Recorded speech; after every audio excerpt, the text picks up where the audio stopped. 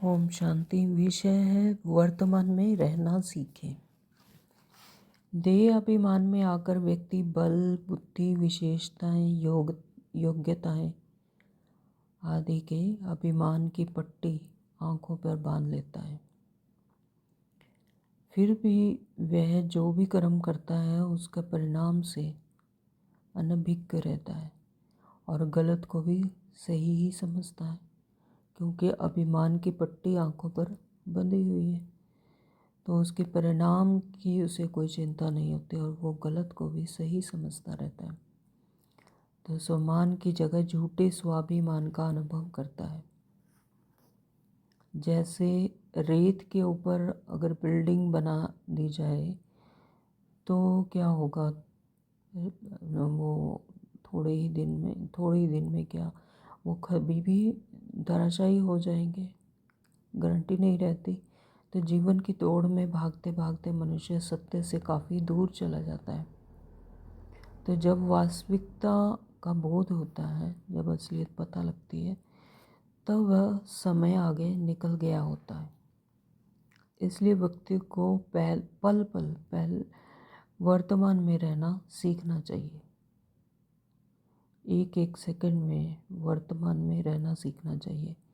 एक श्वास आते ही पहले वाला भूतकाल में चला गया। एक सांस ली तो पहले वाला जो सांस था वो समय भूतकाल हो गया। तो नए श्वास के उत्पन्न होने के साथ ही जो वर्तमान है वह भूतकाल हो गया। एक सेकंड निकला तो वो भूतकाल हो गया। तो वर्तमान में भी जीना ही सुख, शांति और खुशी का आधार है। वर्तमान में जिएंगे तो खुशी मिलती है। भगवान ने कहा है कि बच्चे समझ की भी समझ रखो। कर्मों की गहनता को समझना हमारे पुरुषार्थ का लक्ष्य होना चाहिए। समय की पुकार है। श्रेष्ठ विचारों का सृजन करने से व्यवहार व कर्मों में परिवर्तन आता है। श्रेष्ठ विचारों के सृजन से तो वृत्ति से प्रवृत्ति और प्रकृति बदल जाती है, वायुमंडल चेंज हो जाता है।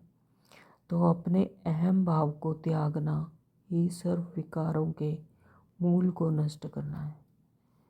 अहंकार को, अहम भाव को त्यागना है। तो जब तक विकारों का अंश है तो वंश अवश्य पैदा होगा। जीवन की यात्रा में उतार चढ़ाव तो आते ही रहते हैं। अगर इरादा बुलंद है तो मंजिल करीब है।